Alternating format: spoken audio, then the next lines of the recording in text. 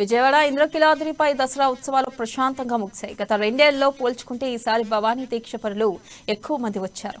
ఏడాది 16 కోట్ల రూపాయలు కానుకలు సమర్పించుకున్నారని గుడి ఈవో బ్రహ్మరాంబ తెలిపారు. దసరాకు 10.5 కోట్లు ఖర్చయ్యాయని అన్నారు. విజయవాడలో ఆమె మీడియాతో మాట్లాడారు. ఈ నెల 25న సూర్యగ్రహణం కారణంగా ఆలయాన్ని మూసివేస్తున్నట్లు తెలిపారు. అదేవిధంగా వచ్చే నెల 7వ తేదీన ఇంద్రకీలాద్రిపై కోటి దీపోత్సవం నిర్వహిస్తున్నట్లు వెల్లడించారు.